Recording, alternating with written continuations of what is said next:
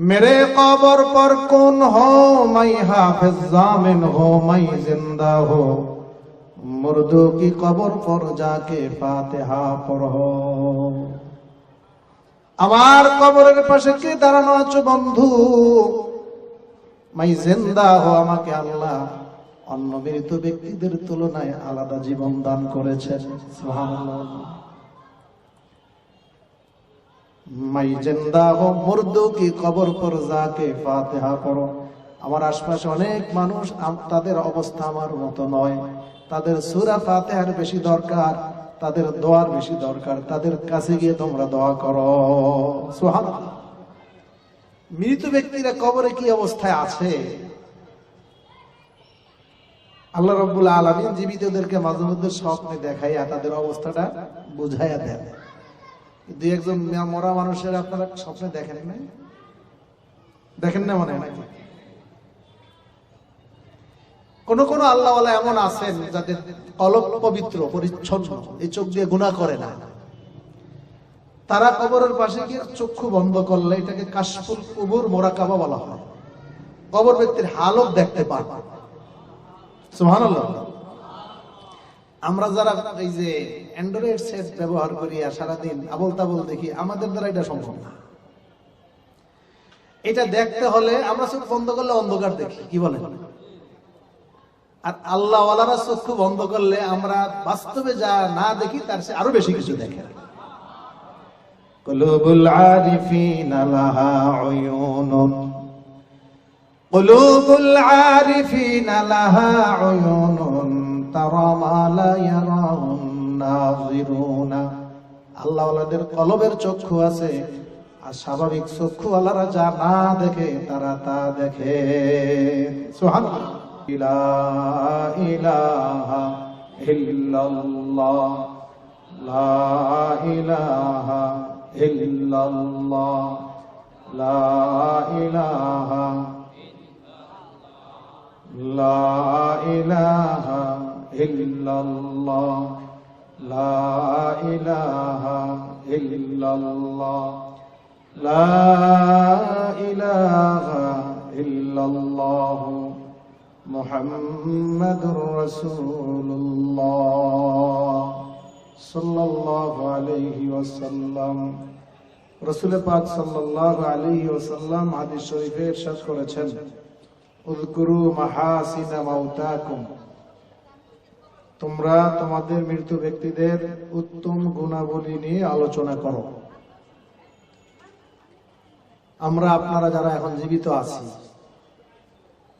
আমাদের মতো বিশাল এক জনগোষ্ঠী মাটির নিচে আছে, কি বলেন? তারাও আমার আপনার মতো এরকম রাস্তায় হাঁটতেন, বাজার করতেন, বাসায় ঘুমাইতেন, ওয়াজ নসিহত শুনতেন, জিকির আজকার করতেন, অফিস আদালতে কাজ করতেন, ঠিক কিনা? কিন্তু আজকের তাদের সেই কাজের কোনো শক্তি নাই, তাদের দেহটাও অক্ষত থাকার সুযোগ নাই, কারোটা মাটির সাথে পচে গেছে, মিশে গেছে। তো আল্লাহ রাব্বুল আলামিন উলামায়ে কেরাম, হাফেজ সাহেব এদের শরীরকেও রক্ষা করেন। আল্লাহ কোরআনে বলেছেন, ইন্না নাহনু নাযালনা যিকরা ওয়া ইন্না লাহু লাহাফিজুন। কোরআন আমি নাজিল করেছি, এর রক্ষা করার দায়িত্ব আমি গ্রহণ করেছি। সুবহানাল্লাহ। এই কোরআন রক্ষায় যারা শ্রম দেয়, কোরআন রক্ষায় যারা সময় দেয়, কোরআন রক্ষায় যারা জীবন দেয়, আল্লাহ তাদেরকেও রক্ষা করে। সুবহানাল্লাহ। সকল মানুষের মরণ একরকম নয়, দুনিয়ার হালতও যেরকম একরকম নয়, কবরের হালতও একরকম নয়, বিভিন্ন ধরনের হয়ে থাকে। হাজী আমদাদুল্লাহ মুহাজির মক্কি রহমাতুল্লাহ আলাইহি নাম শুনছেন না আপনারা? চিশতিয়া তরিকার বড় একজন মুরব্বী। বাংলাদেশের যত তরিকা আমরা দেখি, যত বড় বড় আলেমদেরকে দেখি, সবার গোড়ায় হাজী আমদাদুল্লাহ মুহাজির মক্কি রহমাতুল্লাহ আলাইহি আছেন। ওনার একজন পীর ভাই, অর্থাৎ উনি যার মুরিদ আর এখন যার কথা বলবো একই পীরের মুরিদ, হাফেজ জামিন সাহেব মারা গেলেন। তার বন্ধু কবর জিয়ারতে গেলে, কবর জিয়ারত আছে কি নাই? কিন্তু কবর পূজা নাই। কবর জিয়ারত মানে কি? কবরবাসীর কাছে আমরা চাইবো নাকি তার জন্য আল্লাহর কাছে দোয়া করব? কবরবাসীর জন্য আল্লাহর কাছে দোয়া করব, এটাকে বলা হয় কবর জিয়ারত, কাছে গিয়ে দোয়া করা। হাফেজ জামিল সাহেব কবরে আছেন, তার বন্ধু কবর জিয়ারত করবেন, সূরা ফাতিহা পড়া শুরু করলেন, ইখলাস পড়বেন, দুরূদ শরীফ পড়বেন, দোয়া করবেন বন্ধুর জন্য। ওই মুহূর্তে কবরের থেকে আওয়াজ চলে আসছে, সুবহানাল্লাহ। ওলিদের কারামত জীবিত থাকতেও হয়, মারা যাওয়ার পরেও প্রকাশ পায়, সুবহানাল্লাহ। কারামত অনেকে বিশ্বাস করে না, কিন্তু আমাদের আহলুস সুন্নাত ওয়াল জামাতের আকীদা হলো কারামাতুল আউলিয়াই হক, ওলিদের কারামত সত্য। হাফেজ জামিল সাহেবের কবর থেকে আওয়াজ বের হইতেছে, তার বন্ধু শুনতেছে, मेरे कब्र पर कौन हो, मैं हाफिज जामिन हो, मैं जिंदा हो, मुर्दों की कब्र पर जाके फातिहा पढ़ो। আমার কবরের পাশে কে দাঁড়ানো আছো বন্ধু? मैं जिंदा हो, আমাকে আল্লাহ অন্য মৃত ব্যক্তিদের তুলনায় আলাদা জীবন দান করেছেন, সুবহানাল্লাহ। मैं जिंदा हो, मुर्दों की कब्र पर जाके फातिहा पढ़ो। আমার আশপাশে অনেক মানুষ, তাদের অবস্থা আমার মতো নয়, তাদের সূরা ফাতিহার বেশি দরকার, তাদের দোয়ার বেশি দরকার, তাদের কাছে গিয়ে তোমরা দোয়া করো, সুবহানাল্লাহ। মৃত ব্যক্তিরা কবরে কি অবস্থায় আছে আল্লাহ রাব্বুল আলামিন জীবিতদেরকে মাঝে মধ্যে স্বপ্নে দেখাইয়া তাদের অবস্থাটা বুঝাইয়া দেন। দুই একজন মরা মানুষের আপনারা স্বপ্নে দেখেন না? দেখেন না মনে হয় নাকি? কোন কোন আল্লাহওয়ালা এমন আছেন যাদের কলব পবিত্র, পরিচ্ছন্ন, এই চোখ দিয়ে গুনাহ করে না। তারা কবরের পাশে গিয়ে চক্ষু বন্ধ করলে এটাকে কাশফুল কুবুর মুরাকাবা বলা হয়। কবর ব্যক্তির হালত দেখতে পান, সুবহানাল্লাহ। আমরা যারা এই যে অ্যান্ড্রয়েড সেট ব্যবহার করি আর সারাদিন আবল তাবল দেখি, আমাদের দ্বারা এটা সম্ভব না। এটা দেখতে হলে আমরা চোখ বন্ধ করলে অন্ধকার দেখি, কি বলে? আর আল্লাহ ওয়ালারা চক্ষু বন্ধ করলে আমরা বাস্তবে যা না দেখি তার চেয়ে আরো বেশি কিছু দেখে। কুলুবুল আরিফিনা লাহা উয়ুনুন, কুলুবুল আরিফিনা লাহা উয়ুনুন তারা মা লা ইয়ারাউন নাযিরুনা। আল্লাহ ওয়ালাদের কলবের চক্ষু আছে, আর স্বাভাবিক চক্ষু ওয়ালারা যা না দেখে তারা তা দেখে, সুবহানাল্লাহ। তো কবরবাসীর হালত স্বপ্নের মাধ্যমে অনেকটা জানা যায়। হযরত মাওলানা মরহুম নুরুল আমিন আতিকি রহমাতুল্লাহ আলাইহি, হুজুরের ইন্তেকালের পরে আমি হুজুরকে দুইবার দেখেছি স্বপ্নে। একবার দেখলাম আন-নূরি জামে মসজিদে, আমি উত্তর পাশের বারান্দায়, হুজুর মিম্বরে খুতবা দিতে যাচ্ছেন। চেহারা সুন্দর, পোশাক পরিচ্ছদ সুন্দর। কি বোঝা গেল? ভালো আছেন না খারাপ আছেন? ভালো আছেন না খারাপ আছেন? আরেকদিন দেখলাম আমি একটা বড় মাদ্রাসায় আছি, স্বপ্নের ভিতরে একটা মাদ্রাসার ছাদে আছি, কোরআন তেলাওয়াতের আওয়াজ ভেসে আসতেছে, আমার হৃদয় জুড়িয়ে যাচ্ছে, মনটা গলে যাচ্ছে স্বপ্নের ভিতরে। এত সুন্দর কোরআন তেলাওয়াত কার? মনে হইল যে এই তেলাওয়াত তো আতিকি সাহেবের। তা আতিকি সাহেব কোথায় তেলাওয়াত করে? ঘরের বিল্ডিং এর মাদ্রাসার ছাদটা ফাঁকা হয়ে গেছে, স্বপ্নের অবস্থা তো। এখন দেখি হুজুর অনেকগুলো ছাত্রদেরকে কোরআন তেলাওয়াত শিখাইতেছে, শিক্ষকতা করতেছে। আমি ভাবলাম যে হুজুর মাশাআল্লাহ এত সুন্দর তেলাওয়াত। তখন আতিকি সাহেবের অবদানের কথা আমার মনে পড়ে গেল, যে আতিকি সাহেব আমার উপরে, আমার জন্য তার অনেক অবদান আছে। মারা গেছেন অতটা আমার মনে নাই, আমি মনে করছি জীবিত আছে। আমি যখন এখানে হাফেজ নিয়োগ হই 1999 সালে তারাবির হাফেজ হিসাবে, হুজুর রমজান মাসে হুজুরের অভ্যাস ছিল ইফতারের পরে অর্থাৎ মাগরিবের নামাজ আদায় করার পরে ওজিফা কালাম আদায়। হুজুর কিন্তু অনেক ওজিফা আদায় করতেন। হুজুর আপনারা দেখছেন কিনা, জবান লড়তেই থাকতেন, হাঁটতেন, একটু হাঁটতেন, কিডনি রোগী ছিলেন, হাঁটতেন, সকালে হাঁটতেন, বিকালে হাঁটতেন, হাঁটতে হাঁটতে অনেক দূর যাইতেন। তসবিহ হাতে থাকতো, দোয়া কালাম চলতেই থাকতো, চলতেই থাকতো, চলতেই থাকতো। এই অভ্যাস ছিল তার। এরকম জবান লড়নেওয়ালা, জবান নাড়ানো আবেদ খুব কমই দেখা যায়। কি বলে? হুজুরের প্রতিদিনের আমল ছিল কবর জিয়ারত। বিকালেও যাইতেন, রাত্রেও যাইতেন।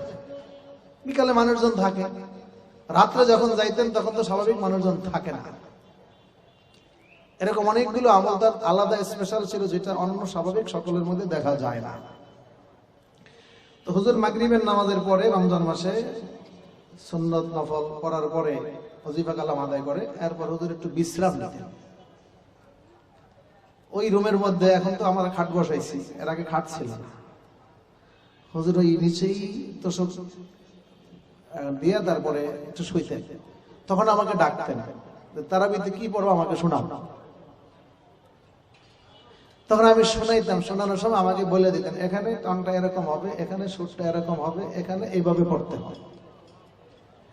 এইভাবে আমাকে দীর্ঘদিন হুজুর ট্রেনিং দিয়েছেন। এটা অনেক বড় অবদান না আমার প্রতি তার। আমি যখন নতুন ঢাকায় আসি গ্রাম থেকে, আমার প্রথম ঢাকায় আসা মানে তারাবিতে আসা 99 সালে, 28 বছর হয়ে গেল। আমার বয়সের অর্ধেকের কম ছিল যখন আমি এসেছি। গ্রামের মানুষ, গ্রামের চলাফেরা আর শহরে চলাফেরা কি এক? পোশাক পরিচ্ছদ একটু ব্যতিক্রম।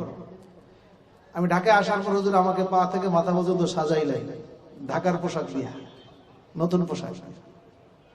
যাক, তো এই সকল অবদানগুলো আমার মনে পড়ল। তখন চিন্তা করলাম হুজুরের কিছু হাদিয়া দেওয়া দরকার। ঘুমের মধ্যে, স্বপ্নের মধ্যে 5,000 টাকা দিলে কম হয়ে যায়, 10,000 টাকা দেওয়া দরকার। তখন আমি ঘুম থেকে যখন জাগলাম, দেখি হুজুর তো জীবিত নাই, হাদিয়া কাকে দেব? মুরব্বী ওলামায়ে কেরামের সাথে পরামর্শ করলাম। নিজের মনে তো আসি হাদিয়াটা কাকে দেব, এটা আমার মনে ঠিক করা হয়ে গেছে।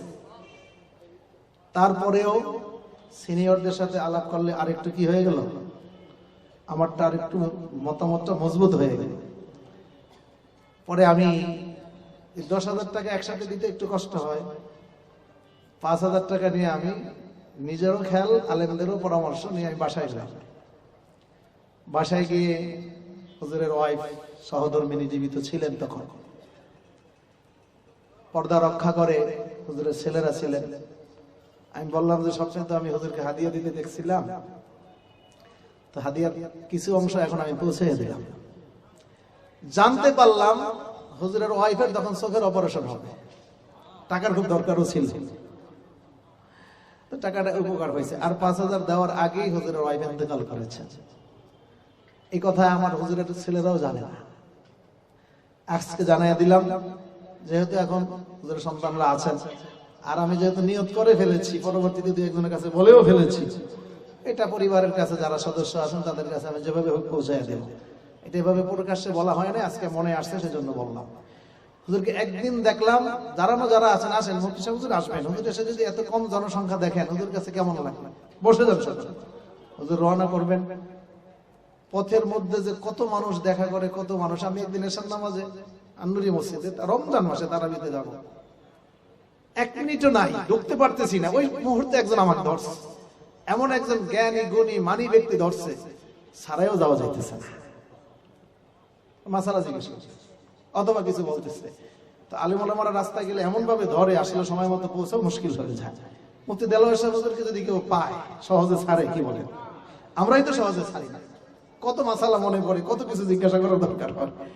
তো হুজুর আসবেন, পথের মধ্যে কত জানি বাধাগ্রস্ত হবেন, কত মানুষ জানি দেখা করবে, সালাম দিবে, মুসাফা করবে, ফতুয়া জিজ্ঞাসা করবে, মাসালা জিজ্ঞাসা করবে। একটু দেরি হওয়াটা অস্বাভাবিক নয়। আতিক হুজুরকে একদিন দেখলাম জুমার নামাজের খুতবা দিবেন, আরেকদিন দেখলাম কোরআন তেলাওয়াতের হালতে আছেন। বোঝা গেল ভালো একটা অবস্থানে আছেন। উযকুরু মাহাসিনা মাউতাকুম, তোমরা তোমাদের মৃত ব্যক্তিদের ভালো গুণাবলী নিয়ে আলোচনা করো। জীবিত থাকতে তার কি হালত ছিল আমরা দেখেছি, কাছের থেকে আমরা অনেকেই দেখেছি, দূরের থেকেও দেখেছি। আতিকী সাহেব কেমন ছিলেন, ভালো ছিলেন না মন্দ ছিলেন, এটা আতিকী সাহেবের ইন্তেকালের পরে জানাজা প্রমাণ করেছে। আমাকে এক বন্ধু মানুষ বোলায় বাড়ি, মিরপুর 2 নম্বরে থাকেন, উনি বললেন আমাকে যে আজকে যে একজন মানুষ মারা গেছে এটা বোঝা যায়, একজন ভালো মানুষও যে ইন্তেকাল হয়েছে এটা বোঝা যায়। মার্কেট বন্ধ ছিল, সাপ্তাহিক বন্ধ, সাপ্তাহিক বৃহস্পতিবার ছিল, মাঠটা ভরে গেল, স্কুল মাঠ। তাও তো মানুষ নামাজের কাতারের মতো দূরত্ব তৈরি করে দাঁড়ায় না, খুব কাছাকাছি দাঁড়িয়েছে। আপনারা ছিলেন না সেখানে? জানাজা ছিলেন না? অনেকে কারা কারা ছিলেন দেখি? আলহামদুলিল্লাহ অনেক মানুষ ছিলেন। খুব একটা সময়ও কিন্তু দেওয়া হয় না, দীর্ঘ সময় ব্যয় করা হয় না। আলহামদুলিল্লাহ জানাজা যথেষ্ট লোক হয়েছে। নাজাত প্রাপ্ত মানুষের কিছু সিমটম আলামত আছে, মারা যাওয়ার পরে যত দেরি হয়, যত সময় হয়, যত গোসল করায়, আস্তে আস্তে চেহারার মধ্যে হলুদ বর্ণ হইতে থাকে। হুজুরের মারা যাওয়ার পরে যারা চেহারা দেখেছেন, আমি তো ওই রাত্রে ঝিনাইদহ মাহফিলে ছিলাম, সংবাদ গেছে আমার কাছে হুজুর ইন্তেকাল করেছেন। ভাবতেও পারি নাই হুজুর এত তাড়াতাড়ি ইন্তেকাল করবেন, মনে করেছিলাম আরো কিছু সময় পাওয়া যাবে।